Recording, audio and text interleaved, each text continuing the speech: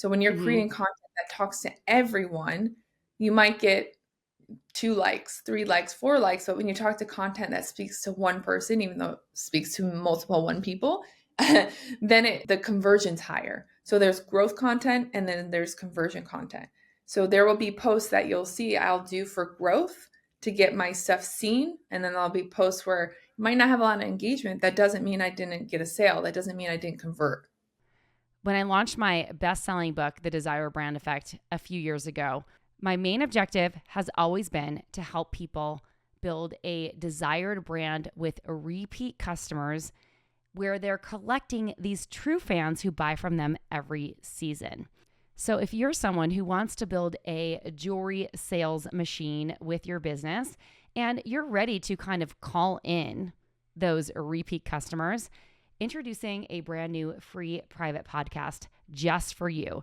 Introducing Sales on Repeat, a private podcast for jewelry business owners that is going to help you attract high quality buyers, build customer loyalty, and create a seamless sales machine online. There are 10 amazing episodes plus 2 bonus episodes in this series that are going to show you our community building secrets that are all designed to boost your sales with minimal time commitments. So if you are a heck yes, I am all in, Tracy, spill the tea, well, head on over to flourishthriveacademy.com/secret podcast. That's flourishthriveacademy.com/secret podcast and download the Sales on Repeat podcast series for free. Whether you love it or you hate it, you probably know that Instagram is a necessary evil to grow your business. And the algorithm is changing what feels like almost every single day. So how does a jewelry business owner who has a lot on their plate keep up with what is happening in the day-to-day, what's happening with the new trends, and all the things so that you can grow your sales and your audience? Well, it's practically a full-time job, but it doesn't really have to be if you know what to look for. So today I'm interviewing an amazing Instagram creator and also an Instagram educator, Keisha Leilani. I'm going to introduce her in just a moment, who is going to share with us all the things that you need to know right now to grow your gram and start making sales and getting better engagement on the platform. Hey there, I'm Tracy Matthews. I'm the Chief Visionary Officer of Flourish and Thrive Academy, and I help jewelry business owners launch, grow, and scale thriving 6- and 7-figure businesses using my methodology called the Desired Brand Effect. So if you want more impact, you want more sales, you want more engagement from your socials, stay tuned and make sure that you subscribe to our channel. Click that little notification bell and binge watch all of our episodes, I should say. So today on the show, I'm interviewing Keisha Leilani. I just recently met her at a business event. She is an incredible Instagram educator, and she grew her following from 0 to tens of thousands in a very short period of time. So she's going to show you what she's doing and working with her clients today to get more impact, more reach, to get more visibility for your profile, and also ultimately get more engagement in sales. So let's dive into this episode with Keisha. Well, I'm so excited to be here with my friend Keisha Leilani. Keisha, thanks so much for being here. I'm so excited too, Tracy. I know when I first met you, there was something about you that just the energy and the frequency that we're running on has been just awesome to be a part of. Well, I'm excited. I'm so excited to have met you at the Girlfriends in Business conference, and we immediately hit it off. You have such a great vibe. We were going back and forth so fast, like all the resources, all the things. And then we connected later and I was like, I need to have you on the show because you're just such a wealth of knowledge. You showed me a couple of things to do on social that just literally blew my mind. So I'm excited to dig into that shortly. But before I do, tell me a little bit about yourself and your journey. I know you kind of come from a different industry. Yeah. So I started in network marketing. I was doing that for about 7 years up until last year. Something weighed on me a lot previously to jumping ship to do my own coaching business, specifically helping people build aligned audiences, especially on Instagram and social media. But I've always kind of been passionate about helping people grow in the digital space and keep up with the trends of the digital stuff, meaning social media and things that are working in that moment or that year. And last year, when I hit rock bottom in that industry, career shift changed pretty fast. I was really intrigued by this whole digital marketing space and what people were being able to do as either coaches or digital marketers or content creators on social media to provide like real passive income and change your life around was something that I wanted to figure out and do on a larger scale than what I had already known in network marketing. So that's kind of how I started. I started a whole brand new Instagram. I had been on social media for 15 plus years, and it's been one of those things where I've learned Facebook, I learned TikTok, but I never really learned Instagram. And so I kind of just posted to post until Yeah. last year. I was, there's something about this platform that I think if I could learn it in the way I've learned it now, that it could really scale my business. I love that. So so you had significant growth. Well, tell us about the growth that you had on your Instagram account. You started it like not even that long ago, and now you're at like 50 something thousand followers. I've lost some because of the election, but no, I don't know why I lost. They come and go, right? But I started last September, a brand new account, and I was determined to build it organically, no paid ads, and figure out just the little things that I could do to help show myself in the space, the digital marketing space, content creator space, coaching space. So when I started, I excessively did 2 or 3 reels a day, which I don't suggest that to anyone, especially with the new trends. One is good, but it needs to be quality. But back then it was like just get as much content out as I could. And then it really didn't take off for me until month 3. And when I started to see things kind of shift and work, I would just look at the metrics of some of those posts and reels and redo it, but do it with a different message, but still quality over quantity. And then I went from doing 2 or 3 a day to doing 1 a day because I got really specific of who I was talking to, which is a whole nother exercise and thing that I teach in itself. Okay, well, let's talk about that. Like, I think one of the biggest challenges is that a lot of jewelry business owners who are out there trying to grow their Instagram and their brand, they throw up some pictures, they don't really know what they're talking about, and they have a really hard time communicating to the person on the other side that is supposed to be their buyer. So what would you recommend to kind of go into a process to figure out how to identify who that person is? So, I mean, getting really clear on who your ideal client is, like who is your Mm-hmm. buyer, who's somebody that, it's not just a necessity, it's like a thing that makes them feel a certain way, right? And so when I coach people about their content, it's not only are you being authentic and consistent, but you have to know who you're talking to. So before you even put a post up, is that post going to either bring out some emotional feeling from your buyer, and or can they see themselves wearing that jewelry that makes them feel a certain Mm-hmm. way, right? So whether it's beautiful, whether it's feeling classy, or makes them feel a certain way. And I've noticed too in some of the industries it feels harder for them to create content, but if you keep the buyer in mind, like as if you were the buyer. And I always tell people, would you follow you? Would you follow your own Instagram? Would you follow, like, Mm, comment on that post? And if you won't, then how do you expect your ideal client or potential client to? that's really good. So if we're looking at the lens of the dream client on the other side, what's your process for creating content? So for me, it's really, I mean, I always tell people like who you attract is typically a past version of you. Like, how did you, Tracy, get Mm, started in jewelry? Right? There was something that made you interested in the jewelry industry, like a time in your life maybe where you had to pivot or change or some transition happen. And so that, and or passion right behind what you're doing has now been able to put you in a position of to talk to other jewelers and create this an amazing brand for people and products of jewelry where people are eager to wear it and eager to buy it. And so I think when it comes to it with the ideal client is, I mean, AIs can be your best friend if any of you guys get stuck, but you have to know you have to know what is the passion, the skills, the belief in the vision of what you see is possible for this brand or this specific industry that you're in, and write that all down. And if you need help with AI, it can help you with that, figuring out who your ideal client is.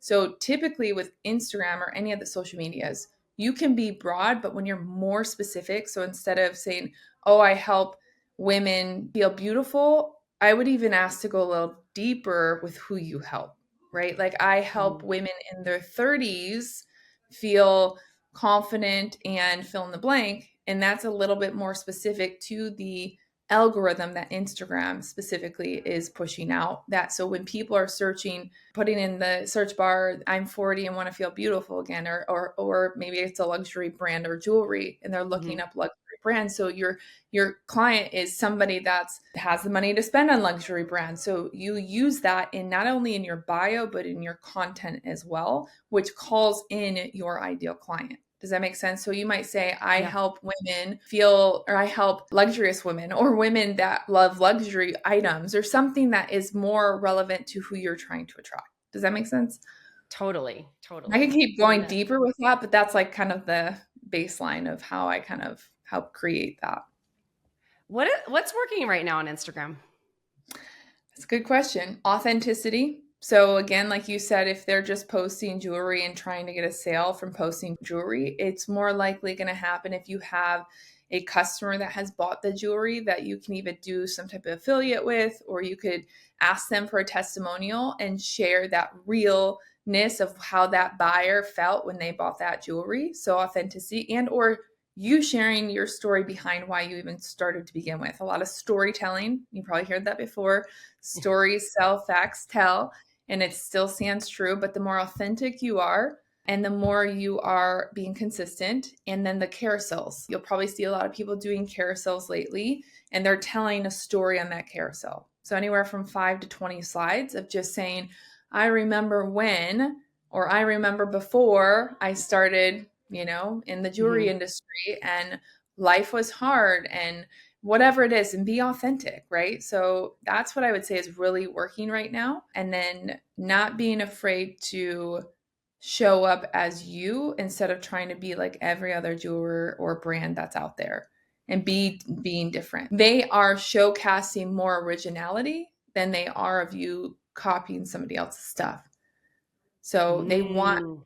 a creator. They want you to be different. They want to see, oh, wow, this is unique. This is a spin on it. And so I would say those are really the three: authenticity, consistency, and then being a creator, being the original creator of Original. whatever type of content. Mm-hmm. Now, if people want to grow their audience, this is the one thing that I think trips a lot of people up. Like, okay, they can create the content and put stuff up there, but they're not really sure, like their content's not really getting out in front of new people. So do you have any strategies to help them grow their audience? And then I'm going to probably come back to some of the content stuff as well.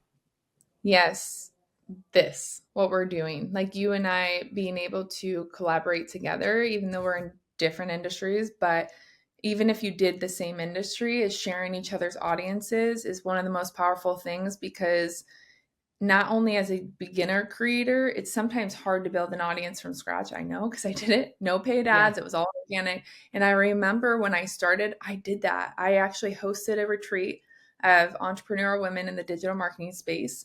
And I said, you know what would be fun is we should all do videos and tag each other in it and invite as collaborators. And that really helped scale my audience at the beginning, because I was a brand new account. And so we were sharing audiences with each other, and they didn't have like big accounts. It wasn't like they had millions of followers, but it pushed our stuff out more with that collaboration. So whether you're doing a podcast or something like this, right? A podcast or even a live on Instagram with somebody once a week, of someone either in the same industry that has a different unique twist spin on it, and or someone that, could be of help for your audience that just needs some type of wisdom or value in their business, like you Yeah. are. So you can do that on doing like live streams, or even just like you guys collaborating on content and you add someone as a follower. Yes. Is that like the primary way that you built your audience? At the beginning, it was, but I will say, and still now, like, here's what I see is happening in this space is that people fall short on actually building relationship, where that app or any of the Mm. social media app is all about building relationships and community. So whether you're intentionally trying to get a sale or not, like be intentional about building a relationship. You always hear me say on my social and even just at my retreats is like, relationships are your revenue. And I've always believed that, even prior to owning businesses, because they are. And so I think we all are uniquely different in our own way. And the more you build relationships with people in the app, because here's how you get seen on the app with the algorithm, is you use the app. They want you to be, not that you have to be on it 24/7. I'm not encouraging that. I don't think it's healthy. However, I am encouraging you to have real authentic comments on people's posts, real authentic DMs, and voice memoing people and using Mm-hmm. the app in a way where it's building a relationship. And that Okay. I seems like to that. be very helpful and powerful now because they're pushing a lot of the authenticity and in that engagement. Okay. Yeah. So they're tracking like when you're DMing people, like that Mhm. type of stuff too? Yeah. So every time you DM someone, so like if I were to DM you right now, the next time I get on the app or the next time I see my For You page, it's typically your posts. So Oh, it's really? telling the algorithm, yeah, it's telling the algorithm that, hey, they're building a relationship and a community and they want to see more of each other. I'm going to show them more of each other's stuff.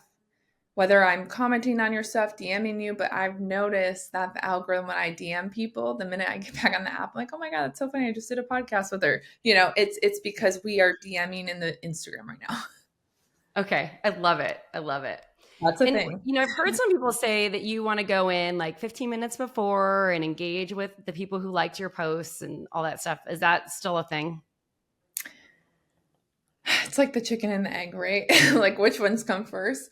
For me, no. I think, again, going back to being consistent, being authentic, and creating content that is uniquely different is what sets you apart. So I have clients that don't even do that and get tons of engagement. I don't do that and I get a lot of engagement. So I just encourage people to kind of actually in Instagram now for some creators, and I think it's over a certain amount of followers, there's a thing called under the dashboard called best practices, and it tells you what you should be doing now based off of what's working for Instagram.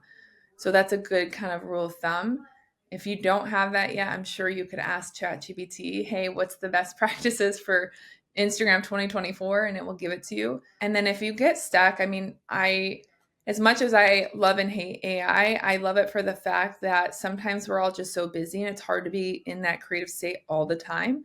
So if you get stuck on creating content, there are amazing ChatGPT prompts that it will spit out pretty accurate stuff. And if it's not, obviously you just play with it to spit out accurate stuff to create you 7 reels in 7 days. And now all of a sudden your content just went from really hard to really easy. But you have to know who you're talking to. You have to know your ideal client. You have to know who is your person. And I say when you talk to everyone, you talk to no one. So when you're Mm-hmm. creating content that talks to everyone, you might get 2 likes, 3 likes, 4 likes. But when you talk to content that speaks to one person, even though it speaks to multiple one people, then the conversion's higher. So there's growth content and then there's conversion content. So there will be posts that you'll see I'll do for growth to get my stuff seen. And then there'll be posts where you might not have a lot of engagement. That doesn't mean I didn't get a sale. That doesn't mean I didn't convert. Does that make sense? So Mm-hmm. I go deeper into this in my academy of like the tactical stuff, but for the most part, that consistency of just showing up, even if it is 3 times a week, make it those 3 times every week. And it's a lot of beta testing. It's a lot of trial and error. It isn't like all of a sudden you do it for a month and you figured out it because it's always changing. So even when you figure it Right. out, you have to evolve with it. You know what I mean? Are you suggesting that we post at the same time every single week? Not necessarily. I would to start with. So and here's the thing, if you use a professional dashboard, it will tell you when your people are Yeah. on. So if I clicked on mine right now, it says, okay, your people are on typically from noon to 3 p.m. Pacific time. So if I make a post around that time, then my audience is probably going to see it more than if I did it at night or did it early in the morning. So it really, the beginning, yes, you'll find your groove or what your audience is looking for by doing it, but you have to kind of watch the matrix and track the matrix to know when is a good time to post. You know what's interesting though is because like I've been on Instagram for 12 years. On Right. both of my accounts, it always says that everyone, it doesn't matter where I am, even in the time zone. It's like between 12 and 3 and 3 and like 12, 3, 6. Like it's the same. It doesn't even change. So I'm like, is that even, I'm always wondering if that's really real. And, Because sometimes and I'll post something at like 6 o'clock at night or like 8 o'clock at night. And literally within minutes, it gets a ton of views and a ton of engagement. But I'll post something during the top time and it doesn't. yeah. And there's so much, right, that goes into that. That's the most frustrating part about it. It's kind of like Yeah. a messy relationship. Like it's like this emotional roller coaster is like the highs and lows, what's working, what's not. And then you see so many people saying one thing and other people saying different. I think the only way you truly know is just by testing it.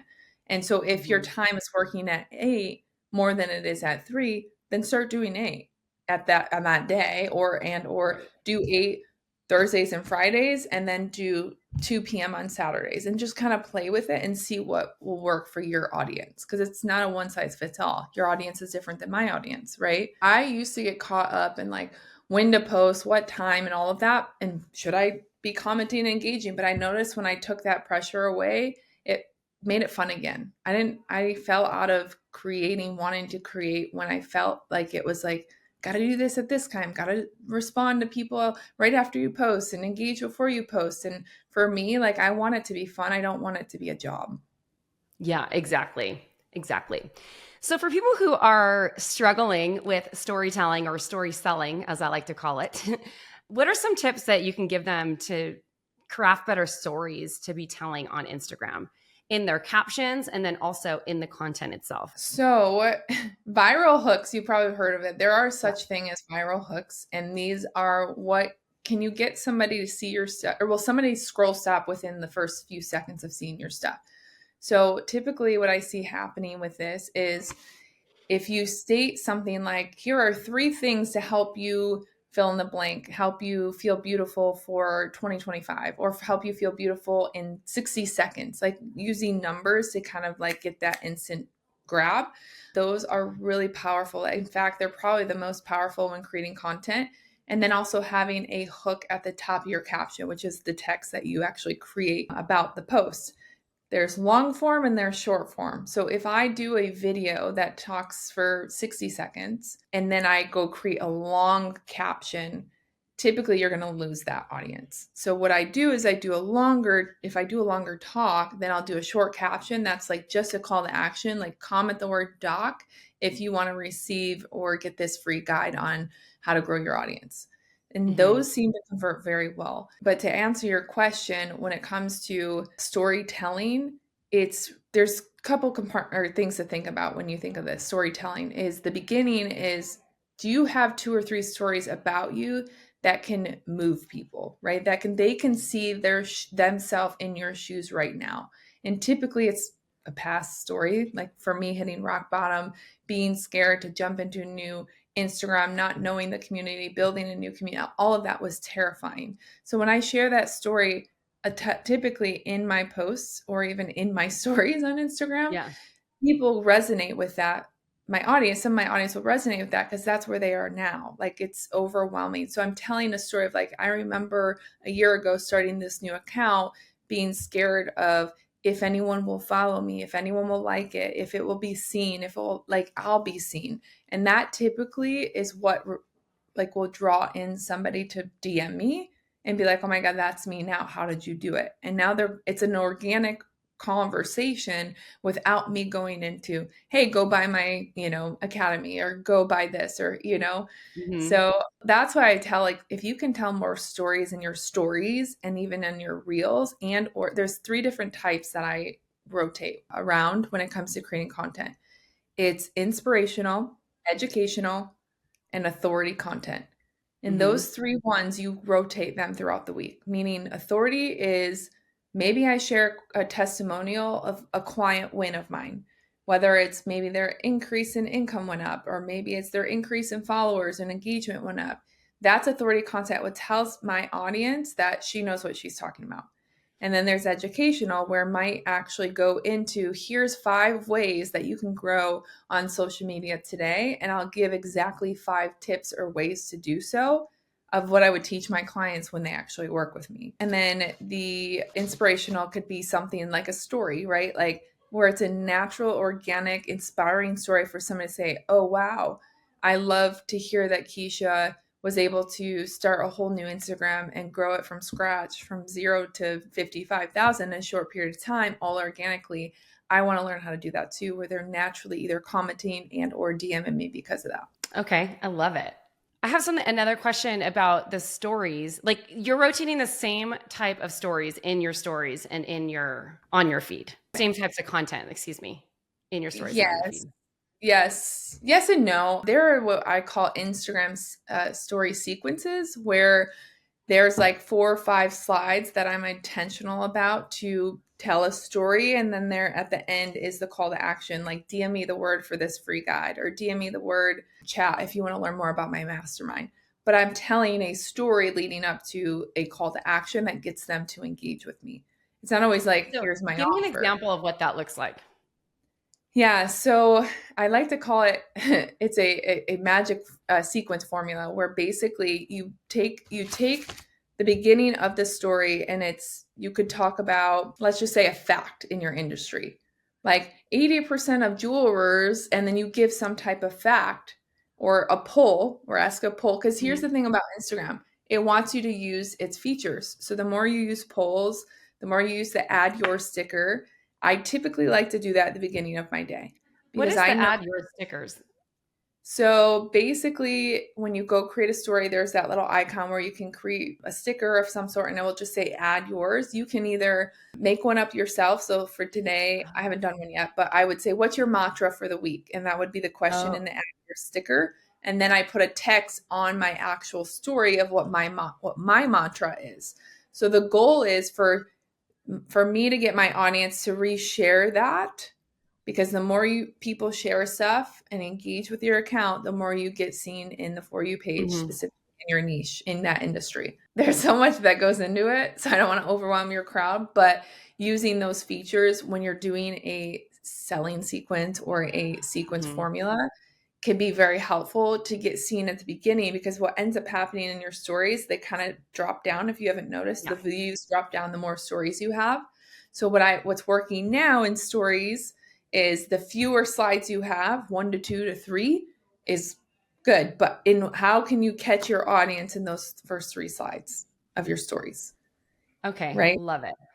So Mhm. like for you, like even about promoting this podcast in is telling a story of, like, you could even talk about, it doesn't have to be a full-on story, but you could talk about, you remember the days when you first started a podcast, Mhm. and now here you are welcoming guests like Keisha, Leilani, to share about content and why it's important to grow an audience. And then you tell them, hey, if you want to tune in and listen to this podcast, here's the link, or DM me the word podcast, and they're instantly going to like get into the funnel of the podcast that you're building. Okay, cool. I like that. I'm going to use that. Little different angle for today, but I'll use it again when this goes live too. I We love just it. released a secret podcast for jewelry Oh, business owners for that's called Sales on Repeat. So I'm going to try a story with that. real quick before we go on to the next one, so just so Yeah. you kind of they know the format for this, it's Hmm. the first is they have to know the person's problem. So you're taking the person's problem and turning it into a solution. That would be like the first slide of your story. Again, this could still formula could work for your reels. And then the second one is the solution. How are you going to get them from A to Z? So like telling them, like you're bridging the gap between the problem and the solution, basically. Hmm. So that would be the second slide.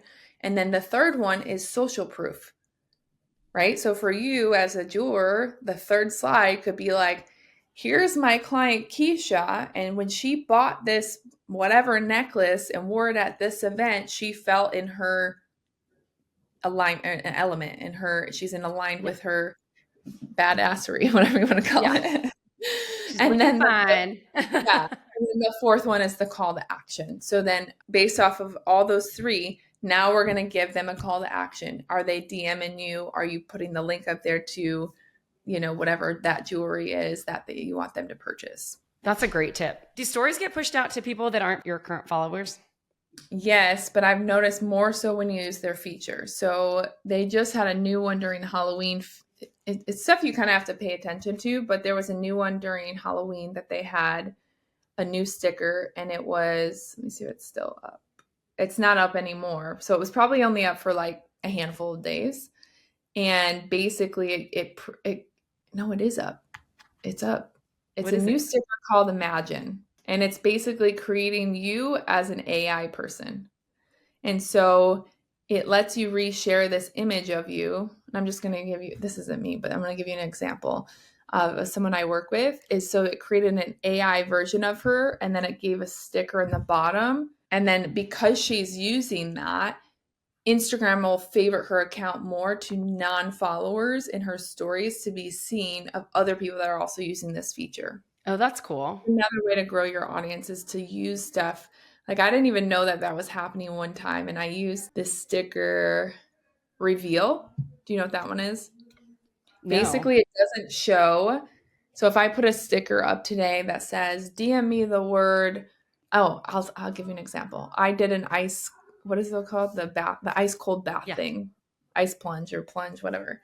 First time ever doing it. So I said DM. I first put a story that said, now it has nothing to do with me and my niche or my target audience. However, I think people get caught up in like, well, I don't want to share too much of my personal life. I'm like, yeah, but that's what builds trust, right? So like you kind of had to like inner shoelace them through of like, hey, I'm also a mom and I travel and I love this and I'm a business owner and I can help you with this, Mm-hmm. right?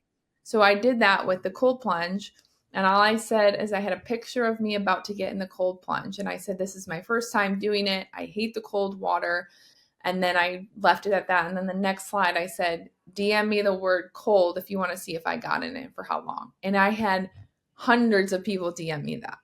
And so now, guess what that did with the algorithm? It boosted up my engagement. It got me to have conversations with people that had nothing to do with what I teach them on. But eventually, typically, what ends up happening when I have a conversation, like, oh, yeah, I've been meaning to talk to you about your Instagram stuff. And so it's just another way to kind of get engagement and seen in an audience of people that don't really know who you are. So when it's the reveal thing, do they DM you and then it automatically DMs them the picture? Yes. So it doesn't show the picture until they message you. That's a Yeah. brilliant one. Yeah. So you could do that like on Black Friday. Black Friday's Mm-hmm. coming up. And if you want to do a little sneak peek about your jewelry for Black Friday in your stories, you can even like show half of part of the jewelry, not the whole thing, right? In the reveal part and just say, DM me gold or whatever it is, right? That you want it, what word you want them to DM you. And then all of a sudden they get to see that picture, but it tells the algorithm that, oh, there's engagement. They liked this. So now they're going to start seeing your stuff. Do you have to set that up in ManyChat or is it just set up in, Nope. no, it's just set up in Instagram. Okay, Yeah. cool. Just in the text box, you'll say, DM me the word. Now, if you have hundreds of people DM you the word, then maybe you might want to have a bot that responds to it. But I typically can handle most of the ones that respond to that. And I want it to be organic and authentic. So I set my bots up for my funnels, not necessarily for that type of stuff. That makes sense. So wait, you post the reveal, but it doesn't, you just manually send them the picture, right? No, it sends it on its own. So Okay, it basically blurs out the photo. got it. You Okay, can now I see get it. there's a preview mode, so you can kind of see how it works when before you post it. It will show you what your audience is seeing. They would see blur. They wouldn't see this image right now of me. They would just see maybe pink, a little Okay, blur.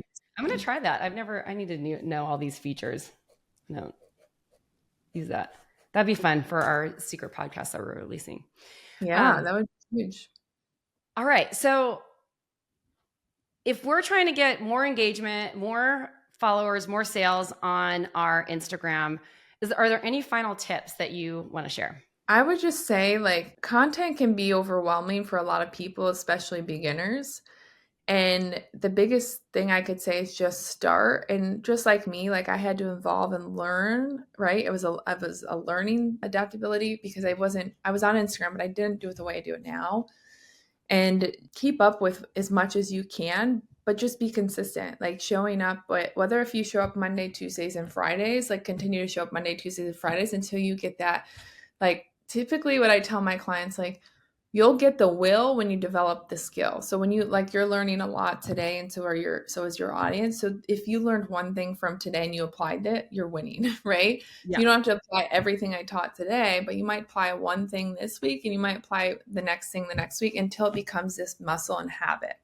And I think that when it comes to creating content, it's just new and foreign to a lot of people and it can be very overwhelming.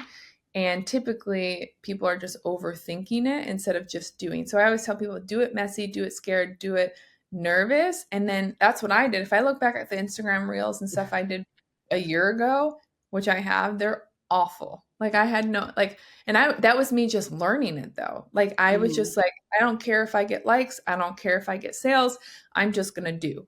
And so I married that activity and I divorced the outcome.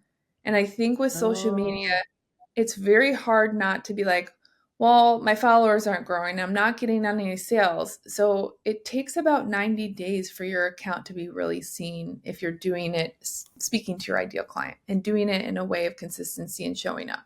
So typically people will give up after a month or two, be like, it's not working. I was like, no. And it's a lot of, like I said, beta testing. So trial and error, like, is it going to trend faded, right? Like the trending audio, or like maybe it's a funny trending video that people are reusing.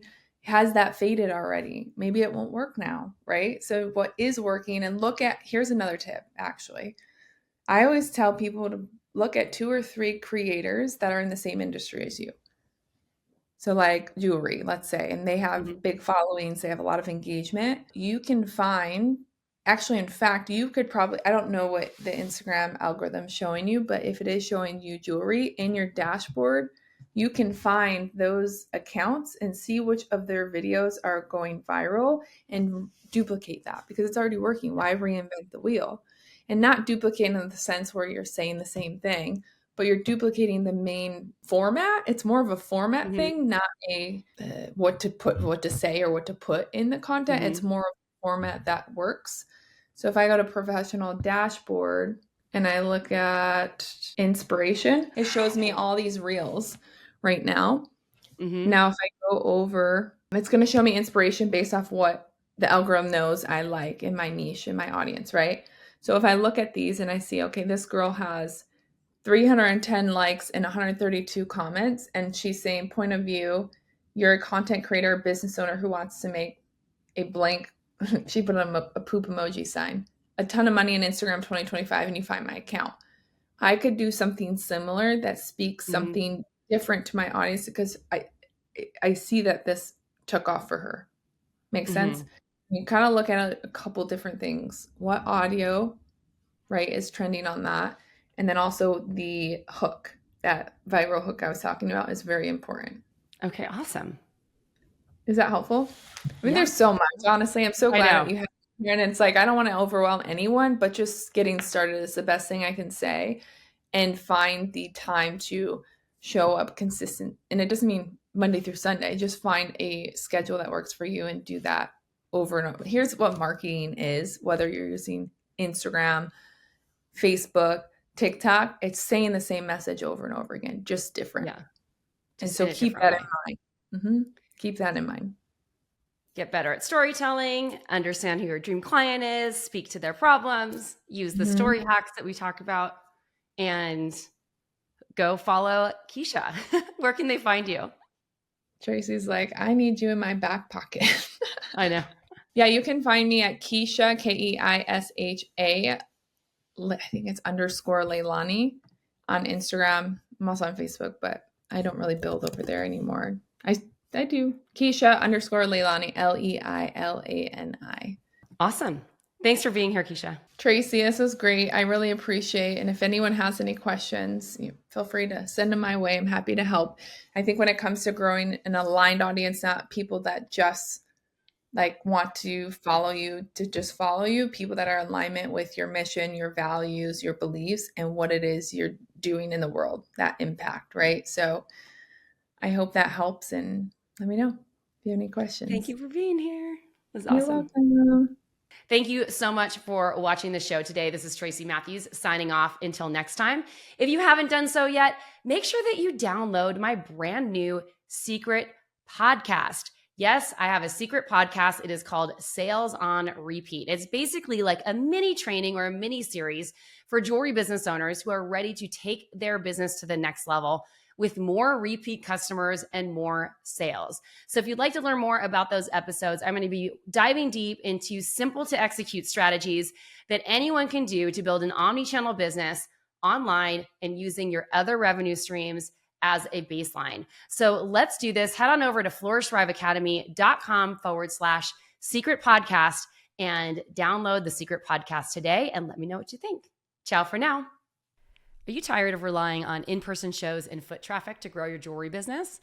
You know you need to figure out this online sales thing, but you keep saying it's so much easier to just to sell in person than it is to sell online. If that's you, I want you to imagine doubling your show sales and turning one-time customers that you meet in person into repeat buyers and turning your website into a sales machine. That's exactly what we help you do when you train your customers to buy from you online. It is our signature online sales program over here at Flourish and Thrive Academy. We just released it as a home study program so that you can take it at your own pace and maximize your in-person markets and sales during the holiday season.